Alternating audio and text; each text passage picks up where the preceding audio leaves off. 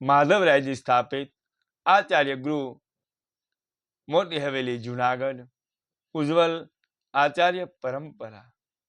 માધવરાયજી મહારાજને ત્યાં શ્રી વિઠલેશજી ગોદ પધાર્યા। શ્રી માધવરાયજી મહારાજને ત્યાં વિક્રમ સંવત 1820 શ્રાવણ સુદ પાંચમના દિવસે શ્રી પુરુષોત્તમલાલજી નામના લાલન બાવાશ્રીનું પ્રાગટ્ય થયું હતું। પરંતુ આ લાલન બાવાશ્રી બાલ્ય અવસ્થામાં જ લીલાસ્ત થયા હતા। આપ શ્રી જુનાગઢ પધાર્યા તે પહેલા આ બનાવ બન્યો હતો। શ્રી માધવરાયજી મહારાજને ત્યાર પછી કોઈ સંતાન ન થવાથી પોતાના કાકા શ્રી બંશીધરજી મહારાજનું પ્રાગટ્ય વિક્રમ સંવત 1763 દિવસે થયું હતું। તેમના પુત્ર શ્રી બાલકૃષ્ણજીનું પ્રાગટ્ય વિક્રમ સંવત 1787 દિવસે થયું હતું। તેમના ત્રીજા પુત્ર શ્રી વિઠલેશજી મહારાજનું પ્રાગટ્ય વિક્રમ સંવત 1820 શ્રાવણ સુદ બીજના દિવસે થયું હતું।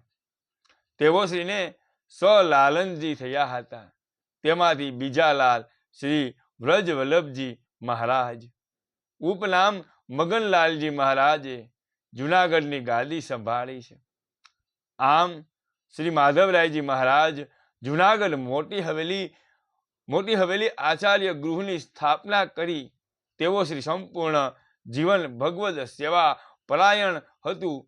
સાથે સાથે આચાર્ય સ્થિત કર્તવ્યોના નિર્વાહની પણ વિશેષ સાવધાની આપે રાખી। એવા વિભૂતિ સ્વરૂપ આચાર્યના ચરણ કમલમાં અનેક સહ વંદન। જુનાગઢ મોટી હવેલી ગાદીના આદ્ય સ્થાપક શ્રી માધવરાયજી મહારાજના જીવન પ્રસંગો અહીંયા પૂર્ણ કરીએ છીએ।